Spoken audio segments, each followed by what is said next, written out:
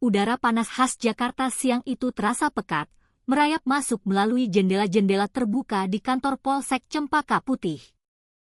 Kipas angin tua di langit-langit berputar lesu, hanya mengaduk-aduk hawa yang sama tanpa membawa kesejukan.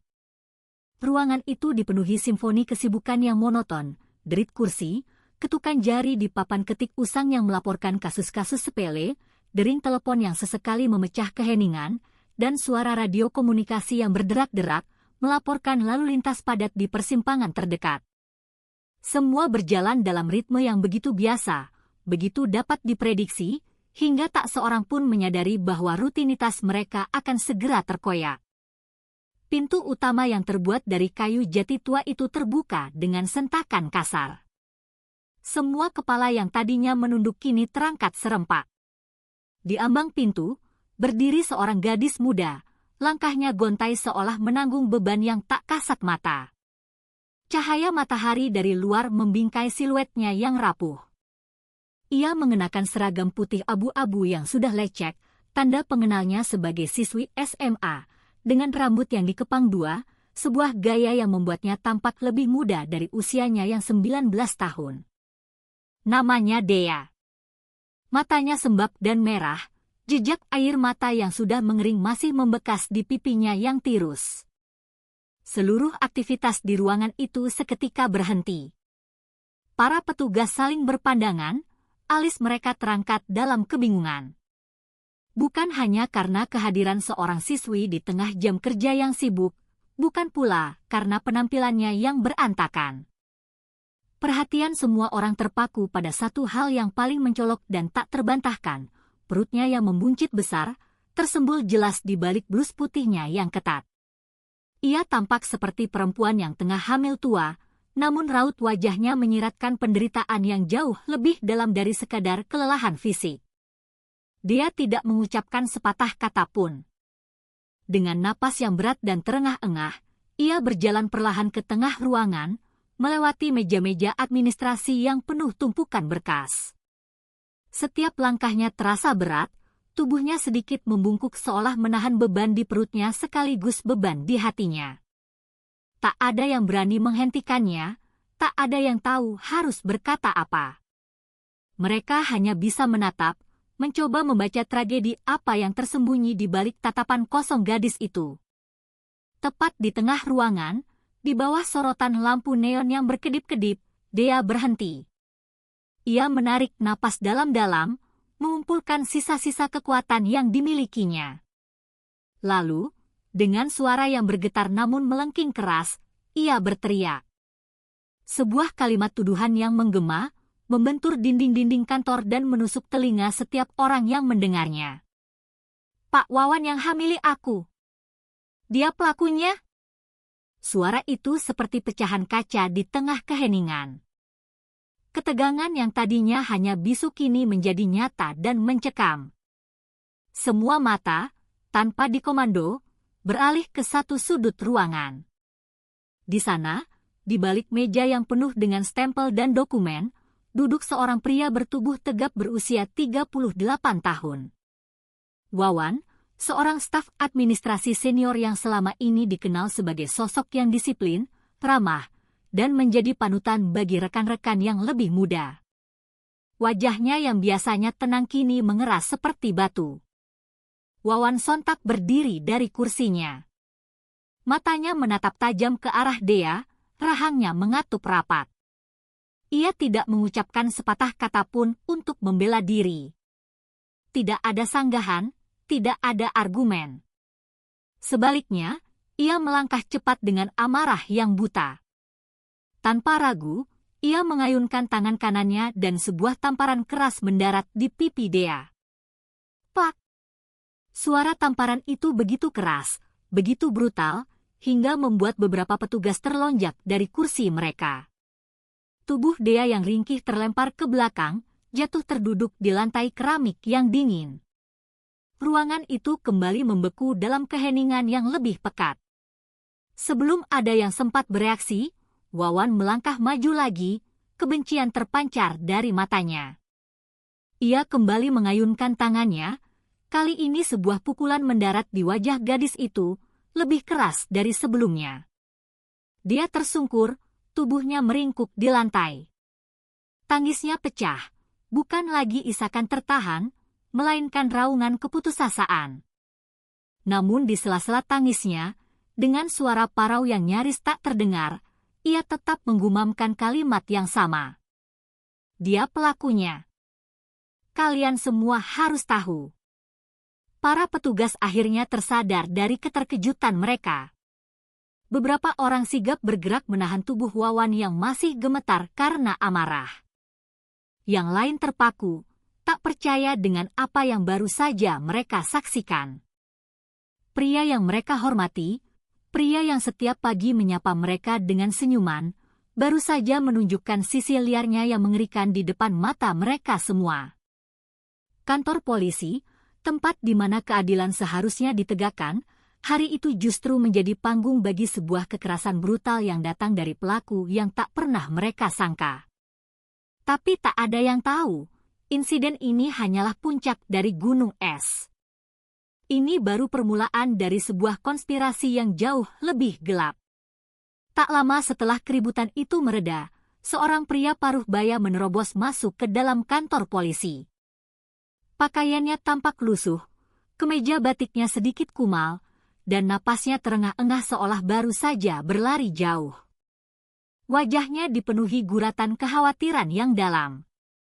Ia langsung menuju ke kerumunan petugas yang masih berusaha menenangkan situasi, matanya liar mencari-cari.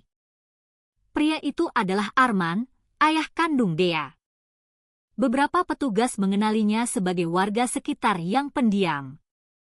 Mereka mengira ia datang untuk menuntut keadilan bagi putrinya, untuk meminta pertanggungjawaban dari Wawan. Namun, apa yang terjadi selanjutnya justru membuat semua orang kembali terperangah. Begitu matanya menemukan Dea yang terduduk lemas di lantai, dengan wajah memar dan tubuh gemetar, Arman tidak menunjukkan tanda-tanda simpati. Sebaliknya, wajahnya memerah karena amarah. Ia menunjuk putrinya dengan telunjuk yang bergetar. "Diam kamu, Dea. Mau bikin malu keluarga sampai kapan?" teriaknya dengan suara yang menggelegar, lebih keras dari bentakan seorang polisi. Beberapa petugas yang berada di dekat dia langsung bereaksi kaget. Seorang polwan muda secara refleks berdiri di depan Dea, seolah membentuk perisai pelindung. Tapi Arman tak peduli. Emosinya sudah meluap-luap. "Anak tidak tahu diri. Gara-gara kamu, keluarga kita jadi bahan omongan satu kampung." Lanjutnya, suaranya masih meninggi, dipenuhi rasa malu alih-alih kemarahan atas apa yang menimpa anaknya. Dia hanya bisa menundukkan kepalanya dalam-dalam, bahunya berguncang hebat. Ia mencoba membuka mulutnya, ingin menjelaskan, ingin membela diri, tapi suaranya seolah tertelan oleh teriakan ayahnya sendiri. Para petugas mulai saling berpandangan dengan tatapan bingung. Situasi yang awalnya tampak hitam putih, kasus antara pelaku kekerasan dan korban, kini berubah menjadi abu-abu dan rumit. Mengapa sang ayah justru memihak pelaku? Atau setidaknya, mengapa ia begitu keras menolak kebenaran yang diucapkan oleh darah dagingnya sendiri? Kompol Nugroho, kepala polsek yang sedari tadi mengamati dari ruangannya, akhirnya keluar. Wajahnya tenang namun tatapannya tajam. Dengan langkah mantap, ia mendekati kerumunan. Tanpa banyak bicara, ia memberi isyarat kepada salah satu petugas untuk membawa Arman ke ruangan terpisah. "Bapak akan kami mintai keterangan nanti. Sekarang tenangkan diri dulu," ucapnya singkat namun dengan nada tegas yang tak bisa dibantah. Arman sempat hendak protes, tapi tatapan mata Kompol Nugroho membuatnya bungkam dan akhirnya pasrah mengikuti petugas. Setelah ayahnya pergi, dia hanya duduk diam di kursi. Tatapannya kosong. Ia tidak lagi menangis, tapi juga tidak bicara. Seolah seluruh energinya telah terkuras habis, bukan oleh pukulan Wawan, melainkan oleh kalimat-kalimat pedas ayahnya yang menusuk jauh lebih dalam. Di sudut ruangan, Bribka Dimas, seorang penyidik muda yang dikenal jeli, terus mengamati. Ia tidak ikut campur dalam keributan, hanya mencatat setiap detail dalam benaknya. Sejak awal, instingnya mengatakan ada yang salah dengan kasus ini.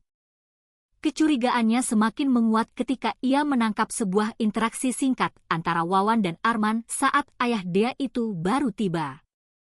Mereka tidak saling bicara, tapi mata mereka sempat bertemu sejenak. Dimas tidak melihat ada kemarahan atau tuntutan dalam tatapan itu. Yang ia lihat justru semacam kode diam, sebuah pemahaman tak terucap yang menimbulkan tanda tanya besar. Sejak saat itu, Bribka Dimas mulai bergerak dalam diam. Ia tahu, kasus ini jauh lebih dalam dari sekadar kekerasan yang terlihat di permukaan. Dia mungkin bukan hanya korban dari satu orang, tapi korban dari sebuah skenario yang lebih gelap dan sistematis yang melibatkan orang-orang terdekatnya. Bribka Dimas berdiri di sudut ruangan, pikirannya bekerja cepat, mencoba merangkai potongan-potongan teka-teki yang berserakan. Matanya yang tajam tidak pernah lepas dari Wawan yang kini duduk dengan wajah tegang di ruang interogasi awal, dan Arman yang berada di ruangan sebelah, tampak gelisah. Dimas adalah tipe penyidik yang tidak mudah percaya pada apa yang tampak di permukaan. Baginya, kebenaran seringkali bersembunyi di balik reaksi-reaksi yang paling tidak terduga. Ia menautkan kembali semua kejanggalan dalam benaknya. Pertama, reaksi Wawan. Seorang pria yang dituduh melakukan kejahatan serius di depan umum, normalnya akan panik dan menyangkal habis-habisan. Tapi Wawan justru memilih kekerasan fisik, seolah itu adalah cara tercepat untuk membungkam sumber masalah. Kedua, reaksi Arman. Seorang ayah yang melihat putrinya dianiaya seharusnya mengamuk pada pelaku, bukan pada korban. Tapi Arman justru menyalahkan Dea. Ketiga, dan yang paling krusial, adalah tatapan singkat di antara keduanya. Tatapan itu seolah menyiratkan sebuah kesepakatan yang sudah ada jauh sebelum insiden ini terjadi. Sebagai penyidik muda yang masih memegang teguh idealisme, Dimas tahu bahwa insting saja tidak cukup. Ia butuh bukti. Ia tidak ingin kasus ini ditutup sebagai sekadar kasus penganiayaan atau masalah keluarga. Ia merasa ada tanggung jawab untuk menggali lebih dalam. Dengan sopan, ia mendekati Kompol Nugroho dan meminta izin untuk memeriksa barang-barang pribadi Dea yang tergeletak di lantai, termasuk tas sekolahnya. Izin, Komandan. Saya ingin memeriksa barang bawaan korban. Bukan untuk mencari bukti kehamilan, tapi mungkin ada petunjuk lain yang bisa menjelaskan mengapa dia senekat ini datang ke kantor polisi, jelas Dimas dengan nada hormat. Kompol Nugroho menatapnya sejenak, lalu mengangguk setuju. Seorang polwan menyerahkan tas ransel Dea yang sudah sedikit usang. Dimas membawanya ke mejanya dan mulai membuka isinya dengan hati-hati. Di dalamnya, selain buku-buku pelajaran dan kotak pensil, ia menemukan sesuatu yang langsung menarik perhatiannya, sebuah ponsel pintar dengan layar yang sudah retak di beberapa bagian, namun layarnya masih menyala.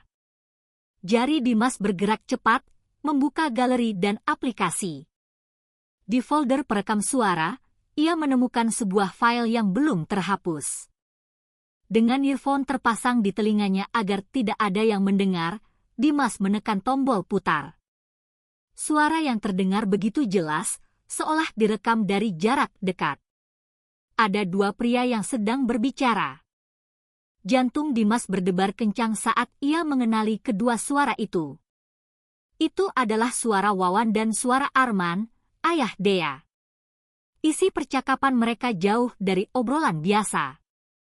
Mereka terdengar sedang merencanakan sesuatu. Mereka membicarakan cara, mengatur, Dea, memastikan gadis itu tidak banyak bicara kepada siapapun. Kalimat-kalimat seperti, semuanya harus beres sebelum bayi itu lahir, dan kita tidak bisa biarkan dia mengadu, terdengar berulang kali. Dimas sontak menegakkan punggungnya, wajahnya berubah tegang. Ini bukan lagi sekadar dugaan. Ini adalah konspirasi.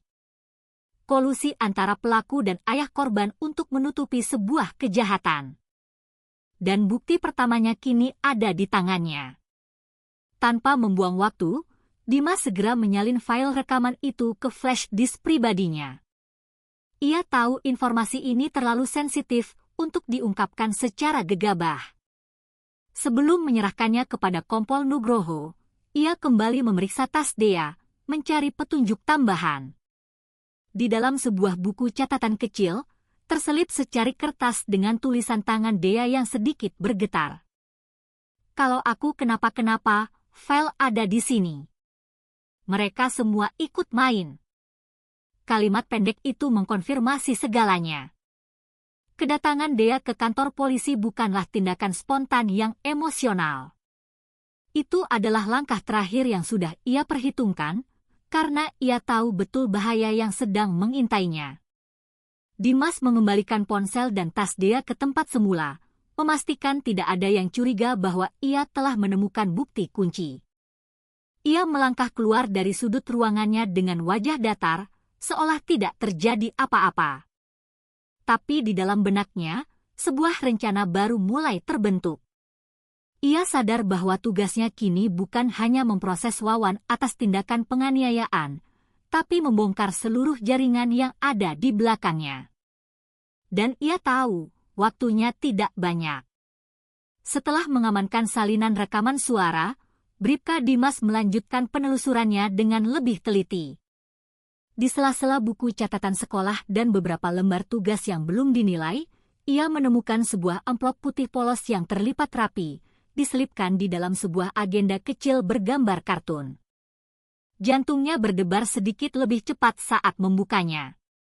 Di dalamnya, bukan surat, melainkan beberapa lembar hasil cetakan mutasi rekening bank. Mata Dimas membelalak. Ada 2 set dokumen.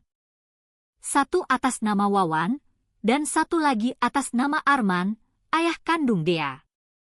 Namun, yang paling membuat Dimas terkejut adalah kolom sumber dana.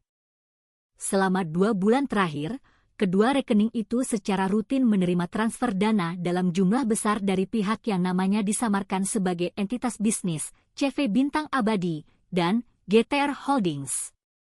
Nama-nama yang terdengar asing dan tidak terdaftar dalam basis data perusahaan lokal yang ia kenal.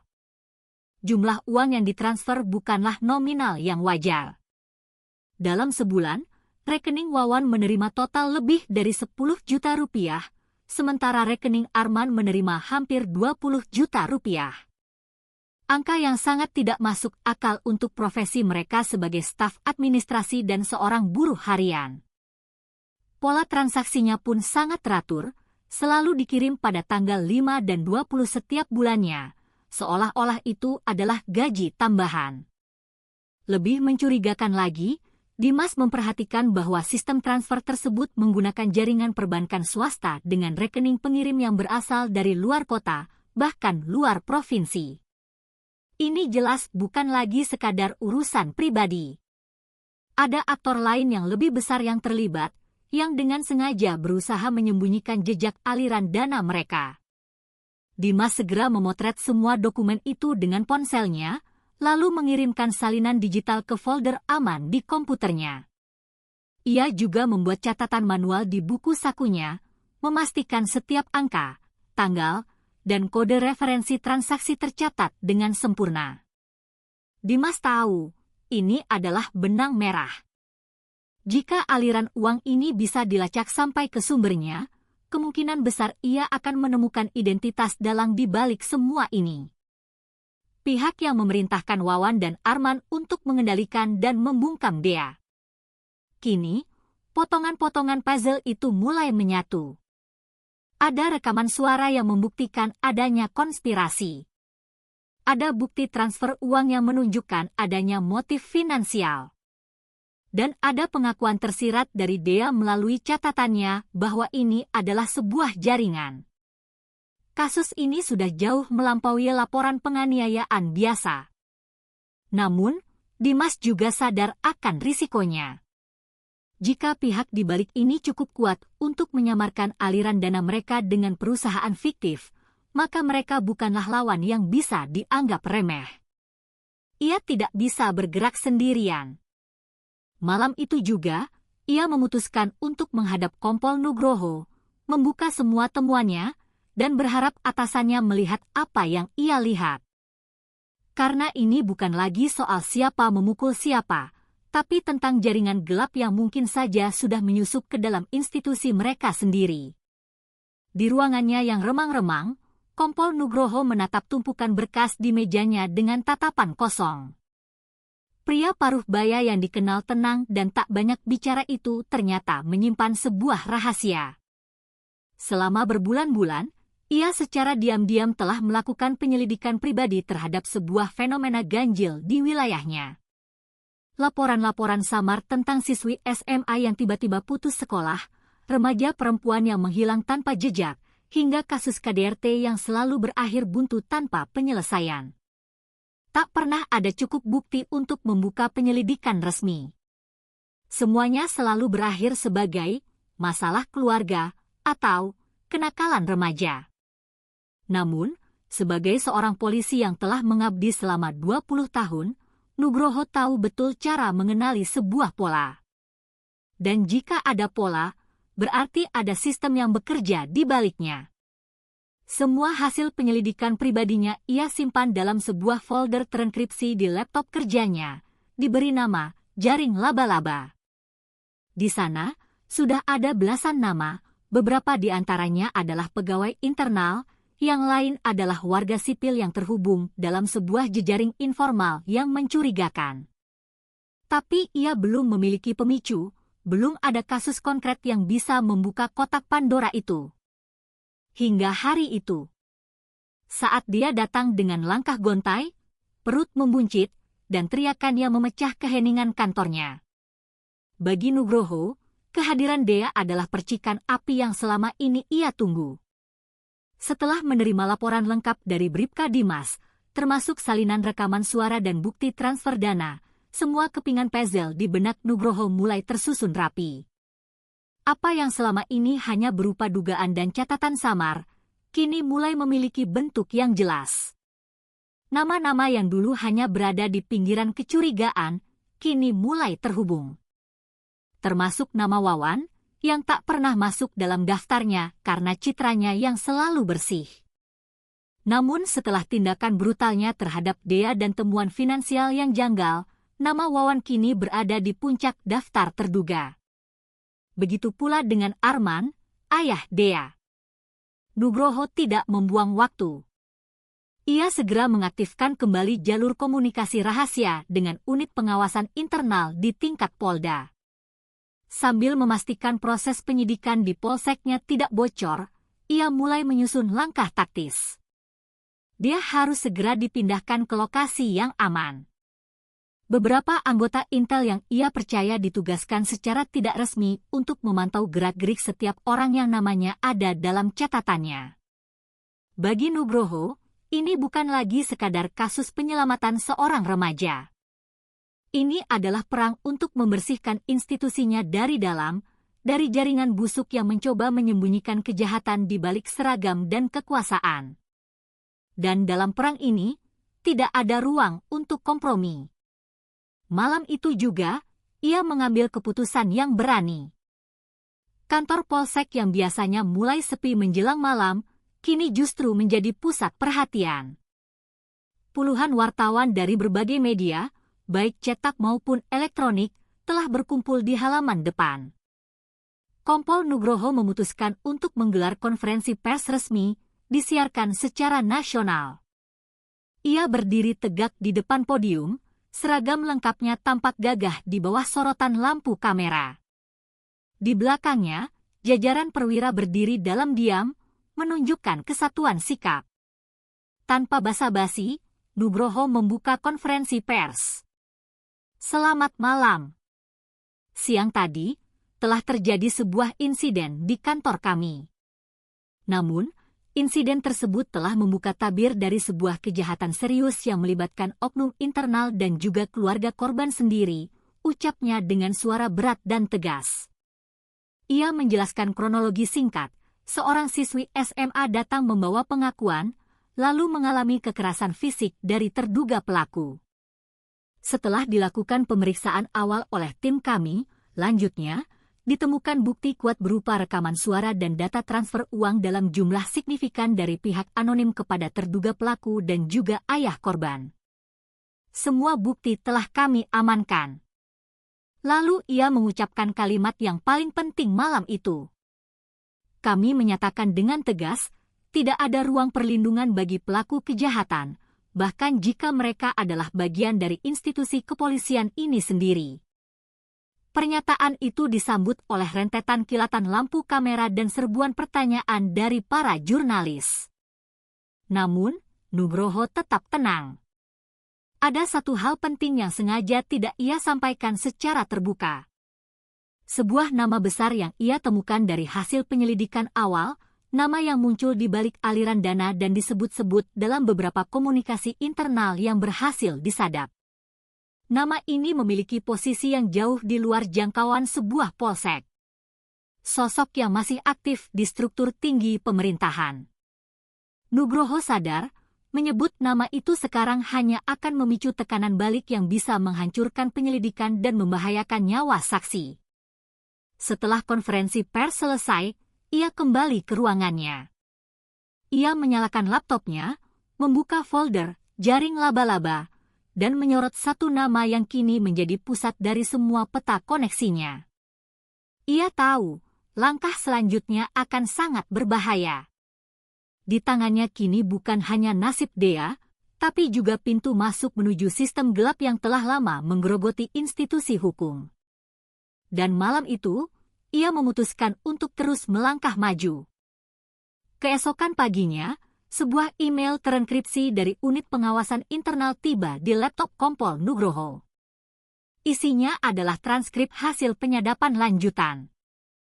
Percakapan itu terjadi melalui sambungan telepon yang diproteksi, namun tim digital berhasil memulihkannya sebagian. Di dalamnya, ada penyebutan berulang tentang seseorang yang mereka sebut dengan inisial T. Sosok T ini dibicarakan bukan sebagai orang biasa, melainkan sebagai sang pengatur utama. Kalimat-kalimat seperti, kalau T sudah bilang diam, kita semua harus ikut, dan selama T masih pegang orang dalam, kasus itu pasti hilang sendiri, menegaskan bahwa T adalah aktor sentral yang memiliki kekuasaan besar di balik layar. Namanya disebut dalam beberapa rekaman berbeda, baik oleh Wawan maupun oleh kontak lain yang teridentifikasi sebagai pihak eksternal. Yang membuat Nugroho semakin yakin adalah potongan rekaman yang paling eksplisit, biar saja cewek itu teriak-teriak di kantor polisi. Tetap tidak akan sampai ke T. Dia ada di atas semua ini. Ini bukan lagi soal pelaku dan korban. Ini soal sistem. Dan T adalah sosok yang mengendalikan sistem itu dari tempat yang tak tersentuh hukum biasa. Nugroho segera menginstruksikan penyaringan data internal, mencari nama-nama pejabat aktif maupun pensiunan yang cocok dengan inisial tersebut, terutama yang pernah memiliki hubungan dengan Wawan atau Arman. Namun, pencarian ini harus dilakukan dengan sangat hati-hati. Tanpa bukti yang lebih kuat, sembarangan menuduh bisa berakibat fatal. Nugroho memilih jalur aman. Ia memperluas pengawasan, memperketat perlindungan terhadap Dea, dan membuat beberapa salinan cadangan dari seluruh data penyelidikan. Salinan itu ia sebar secara otomatis ke beberapa rekan terpercaya jika terjadi sesuatu pada dirinya atau timnya. Dengan masuknya inisial T ke dalam peta investigasi, kasus ini resmi berubah status. Ini bukan lagi sekadar penganiayaan, tapi tentang satu sosok sentral yang mampu mengatur, menutup, bahkan mengendalikan aparat dari balik bayangan. Di benak Nugroho, satu hal menjadi pasti, sampai identitas T terungkap, tidak ada satupun orang yang benar-benar aman. Setelah kejadian di kantor polisi, Dia resmi dipindahkan ke sebuah rumah aman di bawah naungan Lembaga Perlindungan Perempuan dan Anak. Proses pemindahannya dilakukan tengah malam dengan pengawalan tertutup. Hanya segelintir petugas yang tahu lokasi pastinya. Namun, meskipun secara fisik ia berada di tempat yang lebih tenang dan terlindungi, dia tidak pernah merasa aman. Ia berulang kali mengatakan kepada petugas pendamping bahwa dirinya merasa diawasi. Setiap malam, ia mengaku mendengar suara deru mesin mobil yang berhenti di dekat gerbang, lalu pergi lagi beberapa menit kemudian. Ia juga merasa seperti ada bayangan orang yang melintas di luar jendela kamarnya. Petugas rumah aman mencoba menenangkannya, menyebut itu mungkin hanya efek trauma. Namun, laporan-laporan aneh mulai tercatat. Seorang penjaga malam melaporkan bahwa sensor gerak di sisi samping rumah sempat aktif selama beberapa detik, tapi saat diperiksa, tidak ada siapapun. Kamera pengawas di area itu juga sempat mengalami gangguan sinyal selama beberapa menit pada waktu yang bersamaan. Kecemasan Dea semakin menjadi-jadi. Ia menolak makanan yang datang dari luar, hanya mau memakan apa yang dimasak di dalam rumah. Setiap malam sebelum tidur, ia menata barang-barangnya dalam posisi tertentu, lalu memfotonya. Kalau ada yang berubah posisinya, berarti mereka sudah berhasil masuk, katanya pada petugas pendamping dengan wajah pucat. Meskipun belum ada bukti nyata adanya penyusupan, perasaan Dea tidak diabaikan. Kompol Nugroho menempatkan satu tim pengamanan internal untuk berjaga dalam radius 300 meter dari rumah aman. Mereka menyamar sebagai warga biasa, memantau setiap aktivitas mencurigakan. Pertanyaan besar pun muncul, apakah yang dia rasakan hanyalah paranoia, atau justru pertanda bahwa jaringan itu memang tidak pernah berhenti memburunya? Jika benar, T masih bergerak dan memiliki orang dalam di mana-mana, maka tidak ada tempat yang benar-benar aman, bahkan fasilitas yang dirancang untuk perlindungan sekalipun. Dan jika Dea sampai berhasil dibungkam, maka semua bukti yang telah terungkap bisa lenyap tanpa bekas. Suatu malam, sekitar pukul 2 dini hari, suasana tenang di rumah aman berubah menjadi mencekam. Seorang petugas keamanan yang sedang berpatroli rutin di lorong lantai 2 berhenti mendadak di depan kamar Dea. Jantungnya berdebar kencang. Tepat di depan pintu kamar, tergeletak sebuah boneka bayi. Bukan boneka biasa, melainkan boneka usang yang tampak kotor dan sobek, dengan noda merah seperti darah yang sudah mengering di bagian kepala dan dadanya. Petugas itu segera waspada. Ia tidak langsung menyentuh boneka itu, melainkan memanggil petugas pendamping dan melaporkan situasi melalui radionya. Saat boneka itu diangkat dengan hati-hati, terlihat ada secari kertas kecil yang diselipkan di balik bajunya. Kertas itu sudah kusut, namun tulisan di atasnya sangat jelas, ditulis dengan spidol merah. Mulutmu membawa bencana. Diam sebelum semuanya hancur. Di bawah tulisan itu, terdapat gambar silang besar. Ancaman itu sangat jelas dan terarah. Ini bukan tindakan iseng, ini adalah pesan teror. Kompol Nugroho menerima laporan itu pukul 3 pagi. Ia tidak terkejut.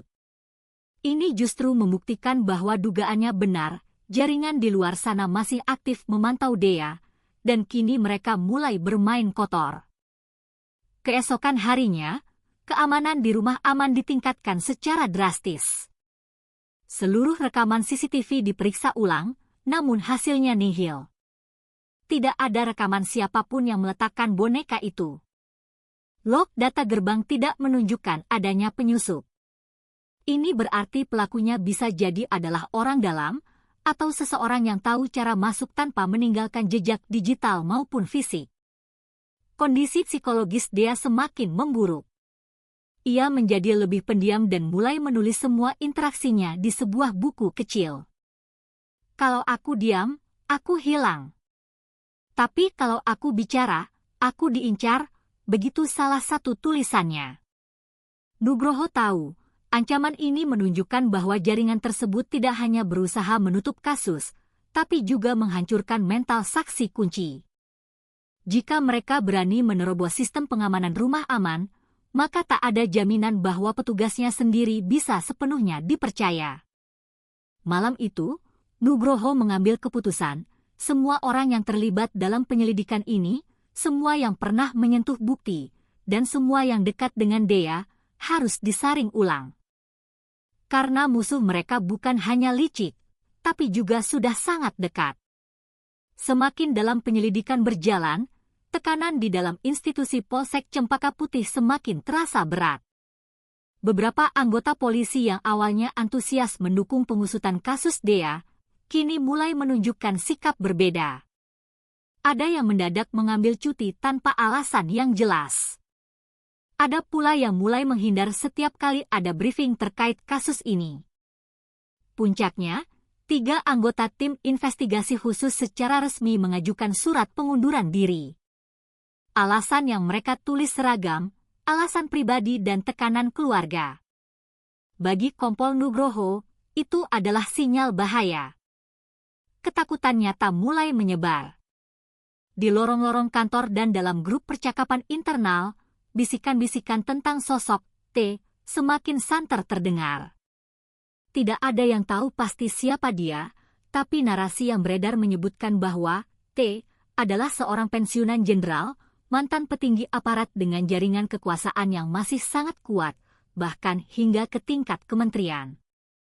Nama itu tidak pernah disebut lengkap, tapi cukup dengan satu inisial itu, semua orang mengerti, berurusan dengan T sama artinya dengan bermain api. Suasana kantor menjadi tegang. Ada yang mulai menolak menerima berkas tambahan dari tim penyidik kasus Dea. Beberapa intel bahkan menyarankan Nugroho agar menyerahkan kasus ini ke tingkat Polda atau Mabes untuk menghindari risiko politik yang bisa menghancurkan karirnya. Kalau kita lempar ini ke atas tanpa dasar hukum yang kuat, semua bisa dibungkam lebih cepat. Kita selesaikan dulu di sini, tegas Nugroho dalam satu rapat terbatas. Namun, ia sadar, kepercayaan internal mulai retak. Untuk itu, ia menyusun ulang akses data. Hanya 3 orang yang boleh menyimpan dokumen asli, dirinya, Bribka Dimas, dan 1 kepala unit siber. Ia sadar, dalam kondisi seperti ini, yang paling berbahaya bukanlah musuh dari luar, melainkan pengkhianat dari dalam. Suatu malam, kabar buruk itu datang. Bribka Dimas tidak kembali ke rumah. Istrinya menelepon Nugroho dengan panik, melaporkan bahwa suaminya tidak bisa dihubungi sejak sore. Nugroho segera memerintahkan pencarian diam-diam. Beberapa jam kemudian, mobil dinas Dimas ditemukan terparkir di tepi sungai, sekitar 9 km dari pusat kota. Mobil itu terkunci, mesinnya dingin, dan tidak ada tanda-tanda perlawanan. Dompet dan ponselnya hilang. Tapi yang paling mencurigakan adalah laptop jinjing milik Dimas, yang selalu ia bawa kemana-mana, juga lenyap. Di dalamnya tersimpan semua data mentah penyelidikan, salinan rekaman, mutasi rekening, dan catatan wawancara dengan Dea. Bahkan flash disk cadangan yang biasa ia simpan di dashboard mobil pun ikut raib. Semuanya terlalu bersih, terlalu rapi. Nugroho segera menyimpulkan, ini bukan perampokan biasa. Ini adalah operasi penghilangan yang dilakukan oleh pihak yang tahu persis siapa Dimas dan seberapa penting informasi yang ia pegang.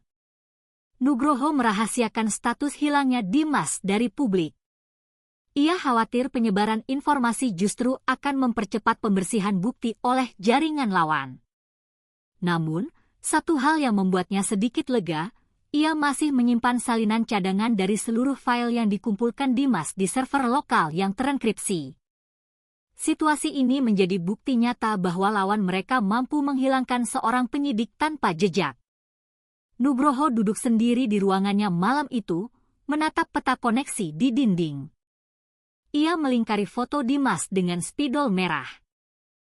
Kalau Dimas bisa hilang, kita semua bisa jadi target berikutnya, bisiknya pada diri sendiri. Tapi aku tidak akan mundur. Keesokan harinya, setelah kabar hilangnya Bribka Dimas menyebar secara terbatas di kalangan tim inti, salah satu petugas dari rumah aman menyerahkan sepucuk surat kepada Kompol Nugroho. Surat itu ditulis tangan di sobekan kertas buku catatan, dilipat 2 kali, dan diserahkan langsung oleh dia malam sebelumnya.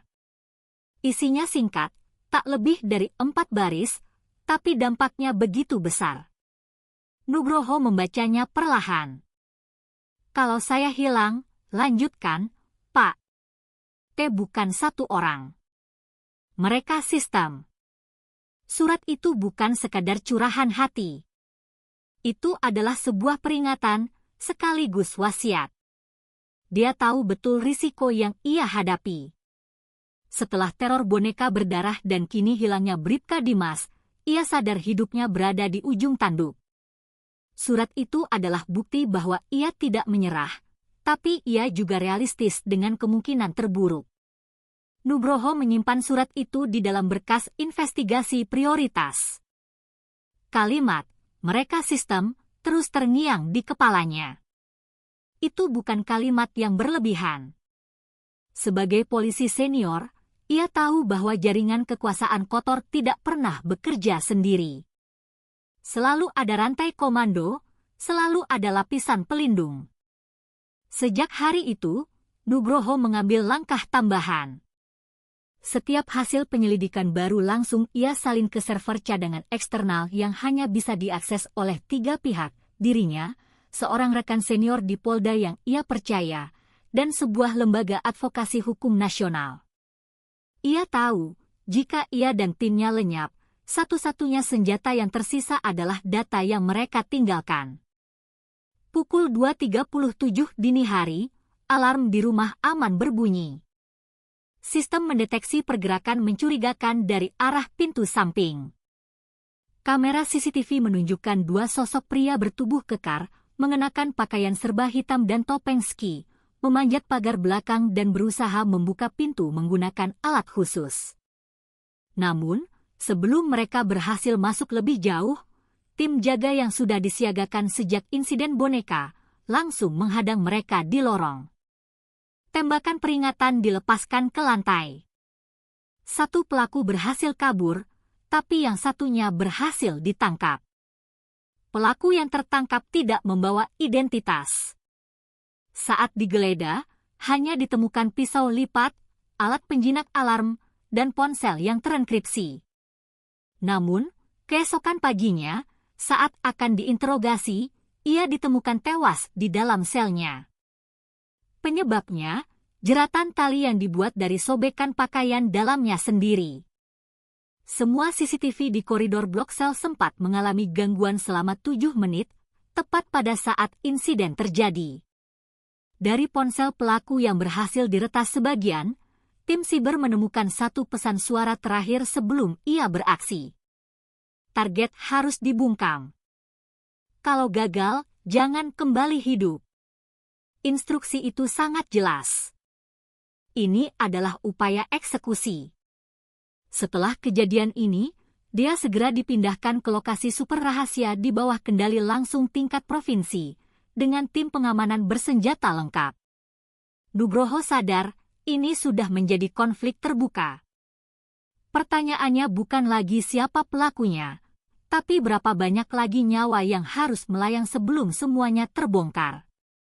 Setelah percobaan penculikan yang gagal itu, tim forensik melakukan pemeriksaan menyeluruh terhadap tas milik pelaku yang tewas. Di salah satu kompartemen tersembunyi, mereka menemukan sebuah flash disk kecil berwarna abu-abu, tanpa label. Setelah 2 hari kerja keras, tim siber berhasil menembus sebagian enkripsinya. Hasilnya membuat semua penyidik terdiam. Di dalamnya, ada puluhan foto korban perempuan muda lainnya, sebagian besar masih mengenakan seragam sekolah. Banyak di antara mereka yang wajahnya cocok dengan laporan orang hilang dari berbagai kota. Bukti ini menegaskan satu hal, dia hanyalah salah satu dari banyak korban. Selain foto, Ditemukan pula peta digital yang menunjukkan 5 titik lokasi rumah singgah ilegal dan sebuah folder berisi dokumen teks dengan sistem sandi. Salah satu kode, TER-17K, setelah dianalisis merujuk pada jalur pengiriman manusia ilegal ke luar negeri melalui pelabuhan kecil di wilayah utara. Ini membuktikan bahwa jaringan ini bukan hanya domestik, tapi sudah berskala internasional. Flash disk ini adalah kepingan terakhir dari puzzle yang selama ini dikejar Nugroho. Ia segera menyiapkan laporan tertutup untuk Mabes Polri dan membuka komunikasi dengan Interpol. Malam itu, di ruang kerjanya yang terkunci, Kompol Nugroho duduk di depan laptopnya. Tim siber akhirnya berhasil membuka folder terakhir dalam flash disk itu. Folder itu berisi daftar jaringan, struktur organisasi, dan kontak internal. Di bagian paling bawah, muncul satu nama dalam dokumen yang tidak dienkripsi. Nama yang langsung membuat Nugroho membeku. Itu adalah nama mantan rekan seangkatannya di Akademi Kepolisian. Seseorang yang kini menjabat sebagai pejabat tinggi di sebuah lembaga strategis nasional. Sosok yang selama ini dikenal berintegritas dan sering tampil di media. Tapi di balik layar, ia terhubung langsung dengan kode T dalang dari semua sistem eksploitasi ini. Nugroho menutup laptopnya perlahan. Napasnya terasa berat. Kalau aku lanjutkan, ini bisa menghancurkan sistem, bisiknya pada diri sendiri. Namun, hanya selang beberapa detik, ia bangkit berdiri. Tak ada lagi keraguan di matanya. Ia menyambar jaket dinasnya dan memanggil asistennya. Kita ke rumah sakit sekarang. Mereka pasti mengincar bayi Dea, perintahnya tegas. Nugroho tahu, jika mereka sudah gagal menculik Dea, maka target berikutnya adalah bayi yang akan segera lahir. Saksi hidup yang mungkin menyimpan bukti biologis yang tak terbantahkan. Mobil dinas itu melaju kencang